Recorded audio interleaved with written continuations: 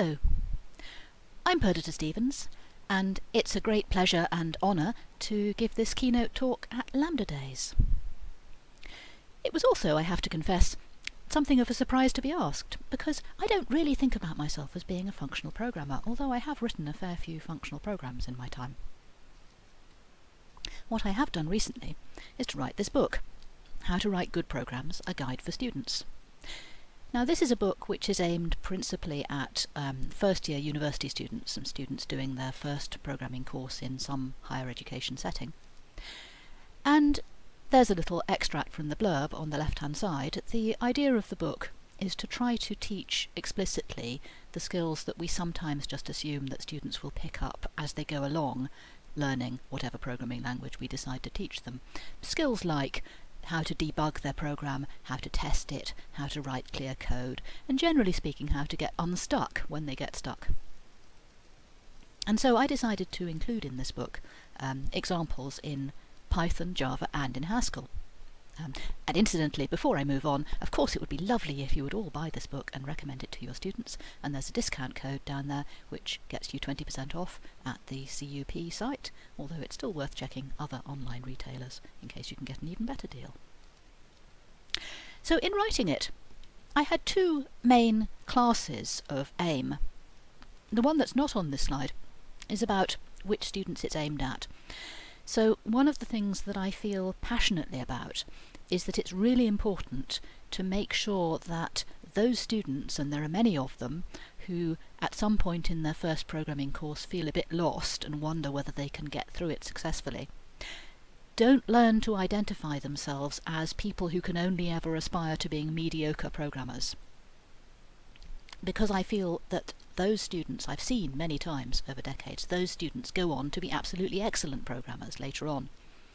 And so I wanted in one book to be trying to offer things that would hold people's hand a bit and help them get to the end of their first programming course successfully, and at the same time challenge people to develop good software engineering habits and think about what it is to be an excellent programmer and set off on that path. So that was one thing I was aiming at with this book. The other thing I very much wanted to do was to try to encourage people to learn skills and develop the metacognitive skills associated with them that will allow them to learn a thing not just in the setting of their first language, but also in such a way that they are able to go on and apply it to future languages that they learn. Of course, the ultimate reason for wanting to do this is this quote at the end from the book, that if you're at the beginning of your programming career, the language that you will use most in the end may not even have been invented yet. So if our learning at university is to be useful, it had better be transferable to future languages. But I've noticed that students very often don't transfer skills from one language to another. You might teach them to do unit testing in Java, and it might not even occur to them that they can also do unit testing in some other language that they learn later. In Edinburgh, we teach students Haskell in their first semester, and then we go on to teach them Java in their second semester. And quite a lot of places do that kind of thing. Incidentally, in the process of looking for things I would talk about today, I came across a lovely letter by Edsger Dijkstra protesting against a plan to replace Haskell in a first programming course at Texas by Java. And the nice thing about this letter is that it starts off talking about how it doesn't really matter that people learn this rather obscure language Haskell in their first programming course, because it won't be, for most students, their first programming course, programming language. They'll have learnt something else at high school, and this is good because it puts students on a level playing field and so on. And then he has 3 asterisks, and without a trace of knowledge of inconsistency, he goes on to argue that it's really important that you make a good choice of first programming language. So he's arguing for Haskell both on the basis that it isn't people's first programming language and on the basis that it must be people's first programming language. A lovely example of having your cake and eat it. But there you go, you can look that up if you like. I need to say a bit about why we care about writing good programs and about what that means. Well, we care because it is one of our major approaches to software engineering's wicked problem. So the main problem of software engineering, the reason why software engineering is hard, I claim, is that there is just too much information. There's too much information to fit in a human brain, so we need somehow mechanisms to control it all, and especially it changes too often, and so whatever our mechanisms for controlling it are, they have to handle the fact that it will repeatedly change. We cannot ever set it in stone. And in most talks I would now go on and I would talk about models and having multiple models and bidirectional transformations, but this is Lambda Days, so I won't. Instead, I'll go on and talk about what good programs are. So these are the criteria from the opening chapter of the book, and the first two are the important ones, I think, here. So good programs do what they're supposed to do. Okay, they're correct. You know, there's some idea of what the program is supposed to do, and if it doesn't do that, then it's buggy and you'd better fix it.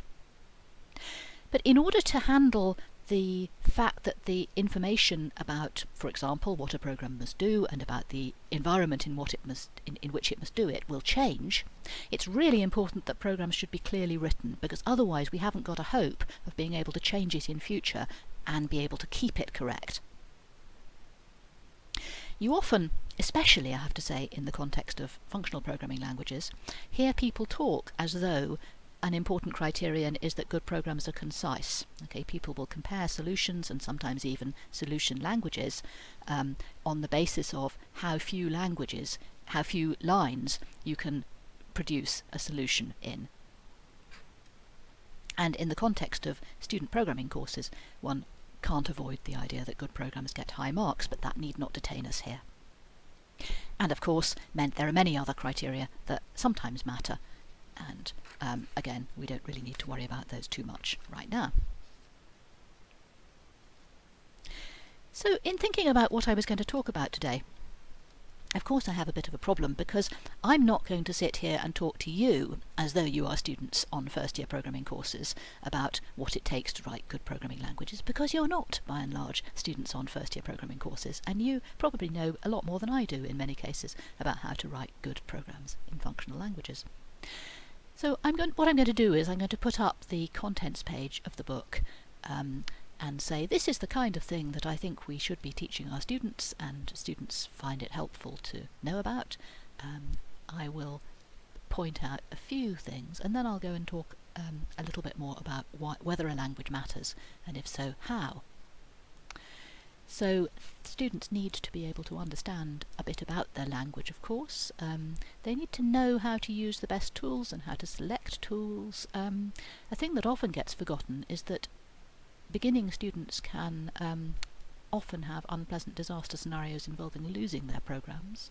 They need to be taught how to test their programs, including very basic manual testing, and so on and so on. All kinds of skills about debugging and how to ask for help, how to improve people's programs, and how to, of course, do the mercenary stuff like scoring well in coursework and exams, and so on. So anyway, all of that's in the book, and I'm not going to say much more about it. What I'm going to go on and do is to talk a bit more about specifically functional programming. Well, does it matter? Does it matter what language we write our good programs in? You might expect me at this point to say, well, actually no, not as much as people often think, because I have emphasised the fact that many of the important skills in writing good programs are transferable between languages, and indeed they are. In fact, it's remarkably difficult to tell. If you want a reliable answer to the question, does it matter which programming language we write in? There's not a whole lot in terms of convincing evidence. And this paper that I'm citing here is a lovely rant on the subject, which you should read if you're interested in it. You should possibly also read Jeremy Gibbons' review of the paper, which you'll also easily come across.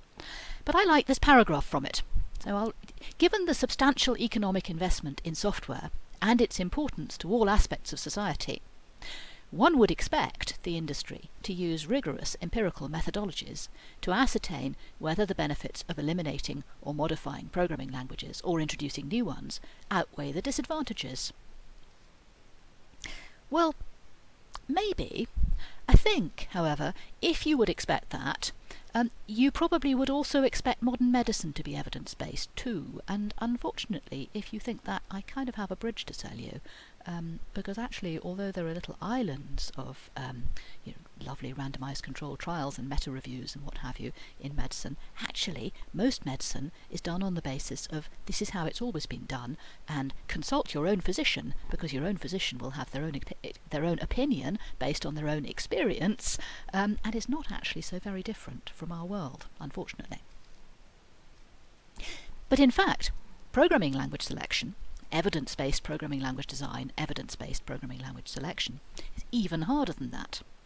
Why? Because you can't really do randomised controlled trials of most of the things we would like to have solid evidence about. You can only randomise programmers to different languages if they have very little investment in programming at all. For example, they're beginning students, in which case they're really not typical of the people you want to be studying anyway. And indeed, they have to have very little investment in the situation. So you would like to take a large sample of real programming projects in real companies that matter to the company's bottom line and try them out in multiple versions using different programming languages and see which one gets done faster and cheaper and with fewer bugs. And of course you can't do that. It's not ever acceptable. And so what people do instead, and this is very understandable because it's what's possible to do, is they do things like they study, well, what languages do people choose if they're taking part in programming contests where you have a free choice of language, or they look at, well, what happens if we look at systems in GitHub, say, and we look at what languages they happen to use, and we compare them on the basis that other things are equal. And the thing is, other things are not equal. Correlation is not causation. So you cannot assume that because a system came out being a good program and it was in language X, that shows that if this other system had been written in language X, it would have been good. It just doesn't work like that. So evidence-based programming language selection is far behind evidence-based medicine, and this is not just because people haven't invested in it. There are good reasons for that. Okay? So the question, which programming language should I use, is less like which COVID-19 vaccine works best, though heaven knows that's a hard enough question to answer, and at the moment we don't have an answer to that question, right? Because we haven't had head-to-head trials of the different vaccines, and the different trials that there have been of the individual vaccines have been done under different conditions, okay? So that's hard enough. But actually it's more like, what should I eat? Or which animal is best adapted for life on the savannah? Where, to be honest, one's first reaction to these questions is, well, that's a silly question, isn't it? Because it depends what you mean, okay? And that's really the situation here. However, this is not to say that evidence isn't useful and that there shouldn't be more of it, and there have been various attempts over the years to come up with sensible evidence about these things. And here are a few of the URLs and other sources that you can perhaps look for more information. So the top page, the Quorum Language evidence page, Quorum Language is an interesting attempt at being evidence-based language design. So there's a bunch of people involved in that. Andreas Stefik is one of them. ProgrammingUsability.org it seems to have come out of a special interest group held at CHI 2016, and unfortunately the content of the page didn't seem to go very far after that. But I think it's fair to say that one outcome seems to have been that Dagstuhl that took place in 2018, and that has an outcome which is well worth reading, with some interesting references into the literature and reports of what sound like some very interesting discussions on the subject. The Psychology of Programming the Psychology of Programming interest group is at that URL, but unfortunately seems to have less than you might perhaps expect on programming language design and selection. The most interesting, very recent thing that I came across was this PhD thesis by a guy called Michael J. Koblenz, which attempts to use user-centered design approaches to designing programming languages. Now that's a very interesting undertaking. One of the things that struck me having a quick look at that thesis is the observation that the participants in the user-centered design often came up with unsound suggestions about what the programming language should do. And that unfortunately points out another difficulty and another reason why we have our programming languages are not really designed with evidence of what suits programmers in mind is because it's a very highly constrained problem. It's very easy for the programmer to say, it would be better if the language did this in this particular case, and for you then to find out that unfortunately it's impossible, either impossible in principle or undesirable for other reasons, to change the language so that it works in that way in that particular case, because it has to be possible to make it work in all cases, and possible to make it, do compilation and type inference and all these other things in a sensible way. And it's a hard problem.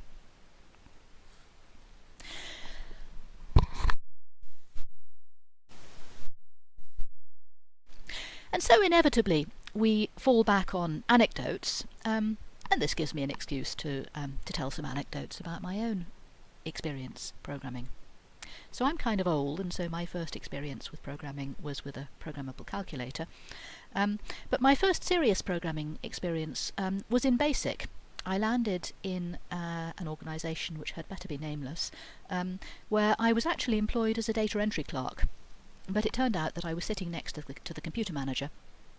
And his story was that he was the computer manager because decades earlier his desk had been next to the computer when the computer arrived. And he'd been quite interested, so he ended up as the computer manager. And it turned out that this organisation's business was entirely run by a suite of basic programs, which were there, accessible to me in source form on the computer I had access to. And I was able to decide that I didn't quite like how they worked and to edit them. And my nice colleagues in this place where I was temping were quite happy for me to do it, it turned out, because they were irritated by some of the things that the programs did too. And so I had a lovely time for a few months, sometimes doing data entry, and other times changing the functionality of the core programs that ran this organisation's business. I had absolutely no experience or training in programming or software engineering of any kind at that time, and I learnt all kinds of interesting things. So, for example, I learnt about the importance of testing. I learnt about that by changing the program that printed the organisation's checks, and accidentally changing it so that the next print run, all the checks came out with the date of 1st of January 1970. And although this was a long time ago, it wasn't that long ago. And then it turned out that each of the checks had to be hand cancelled, and its cancellation recorded in a big leather-bound book and signed by the organisation's accountant. I was not popular that day, and after that I had some idea about why testing was important. And there are more stories I could tell, but I think that one will do. Oh yes, the other one is security. The way it worked was that if you entered a password into one of these systems and you got it wrong, your wrong attempt was recorded in plain text in a file on the system. And you really don't have to see that many mistypings of banana to work out that the password is banana. Anyway, that was that. That was a very interesting experience and a first exposure to languages and to software engineering. My next two experiences were a very interesting contrasting pair. So as part of my PhD in pure maths, it turned out that I needed to write a program to solve some mathematical problem. And I did it in C, and I taught myself C from the venerable book by Kernighan and Ritchie. And that's a very good example of how not to learn to write good programs. It's a lovely, lovely book, but it's not a book that teaches you how to write high-quality programs that will be highly maintainable and so on. But then, when I went on to become a professional developer, I had to learn C++, and I did that from Russell Winder's book, Developing C++ Software, and that is to this day one of my favourite books about programming languages at all. Russell Winder very sadly died recently, which is a great loss to the community, but I strongly recommend that book because it talks a lot about how to structure your programs and how to make them good in all kinds of ways. And then I went on for a few years as a professional developer, writing in whatever I had to write in at the time, and there were a few of my favourite languages. And then I came back into academia to work on the Edinburgh Concurrency Workbench, which was by then a legacy system written in standard ML. And so I had to learn standard ML, which was my first serious exposure to functional programming. And that was a very interesting experience. the most striking aspect of which was the incredible powerfulness of the type system. My colleagues sometimes used to say that once you'd managed to get your standard ML program past the compiler, past the type checker, there was no need to test it because it was certainly correct. Now, of course, that wasn't really true, but it was close enough to true to be pretty impressive to me at the time. But the corresponding frustration was that, as many of you will know, standard ML has a very powerful type inference mechanism, and so you don't have to give a lot of information about what the types of the things in your program are, and certainly in that context the convention was that one didn't. And so I repeatedly had the experience, as I tried to get to grips with this very complex program and to understand what it was doing, that I would say to myself, the compiler knows perfectly well what the type of this thing is, but it won't tell me. There's no easy way for me to find out. And that was incredibly frustrating. Around that time, and partly for that reason, I gave a talk to the Edinburgh ML Club entitled Why I Hate ML. You'll have learnt about me by now that I sometimes like to court controversy. And shortly after that, the group in Glasgow at that time that was working on Haskell got wind of this, about how I'd given this Why I Hate ML talk, and decided to invite me to give a talk to them, I think in the hope that they could tell me that I should be using Haskell instead. Unfortunately, most of the things that I hated about ML were equally true of Haskell at that time. Although certainly modern Haskell does a much better job of putting type information down in ways which are useful to programmers, so there is that at least. And since then I've been an academic, and as is the way of academics, I have programmed in the languages I have to teach, and those are some of them. That was a bunch of anecdotes, and it's not really evidence, but I mentioned earlier on the analogy with the question of which animal is best adapted for life on the savannah, and that might lead you to think about analogies with evolution by natural selection, and I think that's not a bad direction to be thinking in. So here are the situation characteristics that, as Darwin explained, enable evolution by natural selection. There has to be a collection of individuals which vary in some way. Some are more adapted and some are less adapted to particular ecological niches. There has to be some notion of replication with inheritance, inheritance enabling characteristics to be passed down from one generation to another, but somewhat modified in the process.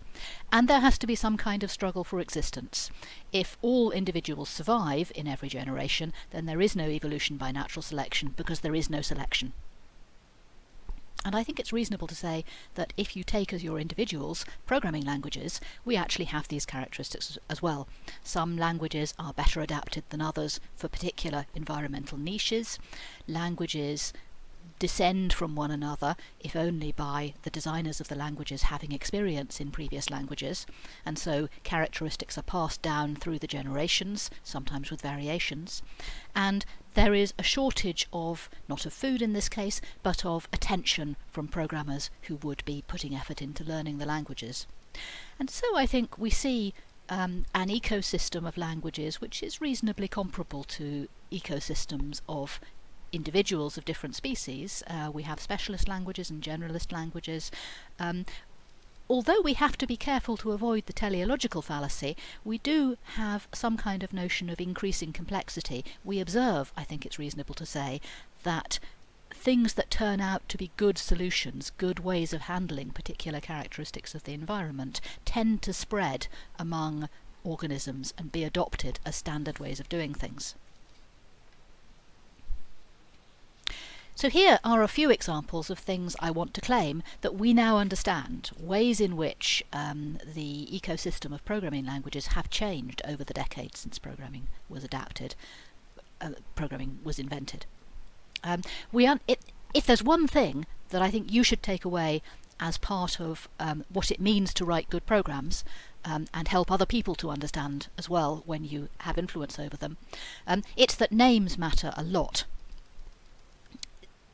the choices that you make about what to call the identifiers in your program of any kind have a huge amount of influence on how easy or difficult you later on or other people will find it to understand what your program does and how to change it. And it's not only a question of, well, here are the things in my program, now what is a good name for these for this thing.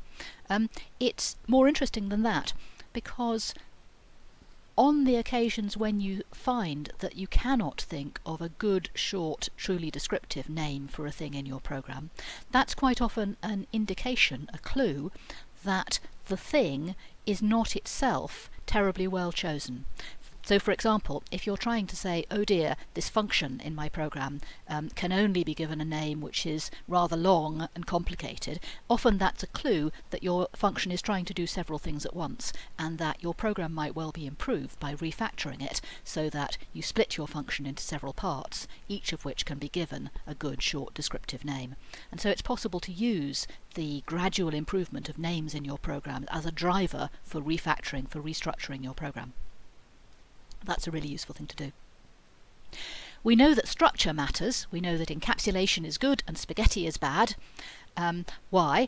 Because as things change, as the requirements and the environment in which your program must operate changes, it is really helpful to be able to say, I don't yet know exactly what I have to change in my program, but I do know for sure that it's going to be something inside this 100-line section of my program, and it's not going to involve the millions of lines in the rest of the program. That's what encapsulation buys you. We all know what spaghetti code is, but I would love to know if anybody knows for sure with references what the origin of the phrase is, and I'll tell you for why. It's because it's possible that the origin is my father, who for some reason doesn't like to be described as the inventor of spaghetti code. He has a story coming from the probably early 1960s about how he had a discussion with C.B.B. Grindley, who was a programmer and author about programming at the time, about how one's code shouldn't be structured like spaghetti. And he says that he had to remembers that he had to explain that he wasn't talking about short lengths of spaghetti in tomato sauce in tins, which was the commonest way you would get spaghetti in England at that time, but rather about proper long spaghetti, the kind that came in packets or in an Italian restaurant. So I'd love to know whether he really did invent spaghetti code in that conversation, or whether there was an earlier reference or what. Types, I've said here, are a double-edged, very sharp sword. The question of whether static or dynamic typing is better, for example, for comprehensibility, is one of the few areas that's attracted most attention, in fact, in the evidence-based programming language design field, and you can find some descriptions of that in the URLs I gave earlier. I think it's reasonably uncontroversial these days to say that type information is useful in a program. I think, particularly in the context of functional languages, type-directed programming is a really interesting innovation, and you should definitely go to Edwin Brady's talk. He's going to talk about that, I imagine. And there's a bunch of stuff that we've also learned about process, most of which I've said already. But I don't want to only be uncontroversial in this talk. I like to be a bit controversial sometimes. So now let me go on and be really controversial, and perhaps I'm going to be quite glad that I'm giving this talk remotely at this point. I'm going to claim that for most people, most of the time, functional programming is worse than object-oriented programming. It's harder, and it's less useful. Well, how do we know? How can I claim such a thing? Well, fundamentally because it's less used. And you can have a bunch of different kinds of evidence about this, and you can argue about any particular piece of evidence. Here's Google Ngrams. They're great. They're lovely to misuse. And here is what happened to the phrases object-oriented programming and functional programming over the years. You see, they rose up together, but OO went much higher. Now OO's come back down again, which is kind of interesting, isn't it? You might say, oh, object-oriented programming was a flash in the pan, and now it's neck and neck with functional programming. I'm afraid I think that's probably not true. I think it's more that object-oriented programming is today known as programming, in the sense that it would be quite hard to get a generalist programming language that didn't have any form of objects adopted these days, but we could argue about that. You could also look at the TOB index, which doesn't have a functional language in the top few, or various other kinds of evidence. I'm afraid, I think, the fact is functional programming has not taken over the world, and object orientation has. And we could ask why and for whom, and does it matter, and will it change? Full disclosure, I'm not going to answer all those questions here, but I'm hoping to leave plenty of time for questions, and perhaps we can talk about it later. But before we can discuss it at all, we need to be aware at least of a controversy here about what functional programming is anyway. When we say it's functional programming, do we focus on what we want there to be, for example first-class functions? Do we say it's functional programming, it's a functional programming language if it has first-class functions? Or do we focus on what we don't want there to be, for example mutable state? Do we only say it's a functional programming language if it doesn't have mutable state?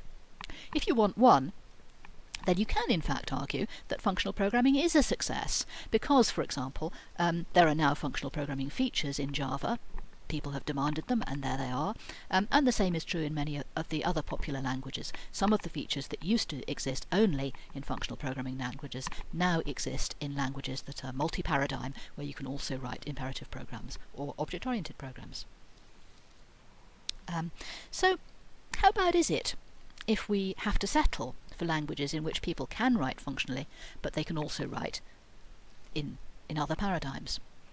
Well, this depends on what your opinion of parsimony is, and here's a scale of different approaches. So one of my favourite languages is Perl, in which the motto is there's more than one way to do it. So this is the parsimony considered harmful end of the spectrum. This is the libertarian view that says it's not the language designer's job to impose a particular way of doing things on the programmer. And Perl's successor Raku is one of the examples of a generalist language which now has functional features. Later, Perl aficionados conceded that sometimes consistency is not a bad thing either. So the first motto there is abbreviated to Tim Toady, and the second, slightly less clearly, is abbreviated to Tim Toady bicarbonate. There you go. A step further is this item from the Zen of Python, where the idea, by contrast, is that there should be one, and preferably only one, obvious way to do it. So this is Python distinguishing itself from Perl, and it's been very successful in doing so, and in usurping the place that Perl used to occupy and taking over the world. Another way of thinking about this is this epigram from Perl's. A language that doesn't affect the way you think about programming is not worth knowing. This is the opposite end of the spectrum from the libertarian view, because it's basically saying the language should influence how you do things. You shouldn't just come in saying, I want to do it this way, and I expect the language to let me do it that way. If you somehow want to square this circle, one of the things you might say is, we can use functional programming for designing domain-specific languages, or indeed we can design domain-specific functional languages. I don't know how many people here have come across kernel F, the functional language within the MPS language engineering workbench, but that's quite an interesting thing to look at. Okay. But going on into being a little bit controversial in the last few minutes, I'm going to come back to conciseness a bit. So here's I had to have an example of a clever bit of Haskell in the talk. Here's a clever bit of Haskell. Be quick, what does it do?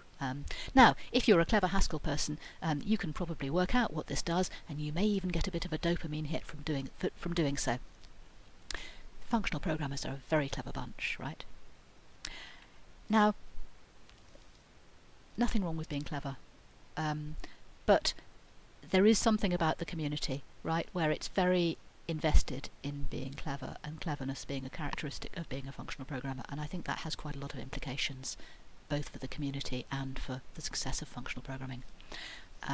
Because being clever's not necessarily always a good thing, and fundamentally the reason why is this, that debugging is twice as hard as writing the code in the first place. If you write the code as cleverly as possible, you are by definition not smart enough to debug it. And this is the kind of thing that goes through the minds of people who get faced with clever Haskell code, like what was on the previous slide, even if somebody got a nice dopamine hit from writing it that way, and somebody else might do so on decoding it. that's not so welcome if you're trying to make a change to it quickly, especially when you realise that you could write it this way in an only very slightly longer version, which I'm going to claim is much quicker and easier to understand. It does exactly the same as the previous example.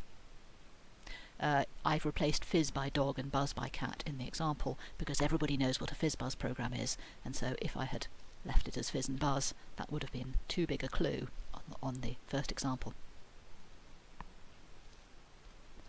So, I'm not going to say any more about how to write good functional programs. You should use good names, you should use a good structure, you should remember that there's no tax on keystrokes, and beyond that I'm sure you all know those things, and you know many more things than I do about how to write good functional programs. So let me just say one slide's worth of stuff about how to make functional programming succeed. So one way we've already mentioned is to inveigle functional features into other languages so that it quietly takes over the world. And the other way, of course, is to say, well, we can occupy important niches, either that way or by saying, well, there are these specialist functional languages which are good for particular things. Concurrency is perhaps the obvious niche these days. Data science is arguably another one, and you should definitely go to Kathy Fisler's talk, where I believe she's going to talk about that. If you want people to use specialist functional languages, then I'm afraid the big boring thing that absolutely must be done is tackling accidental complexity. So stuff that is not very interesting to programming experts or programming language experts, stuff like how fast the language changes and how difficult it is to install, and whether there's a debugger, and how good the compiler error messages are, and whether the documentation is up to date. And all of this kind of stuff, which is very difficult to do in the setting of an underfunded or a university or group where people are more focused on research and new features, but is absolutely crucial for adoption of languages. It has to be fun. Somebody has to find it fun, otherwise they're not going to put effort into it. But at the same time, I think you have to remember that most people, really honestly, do not much like programming, including most programmers, and that's fine. Most people just want to get the job done. Sometimes hard to believe, but true. Anyway, that's me. That's all I have to say. I hope I've left plenty of time for questions now, and that's my book, just to remember. On to questions.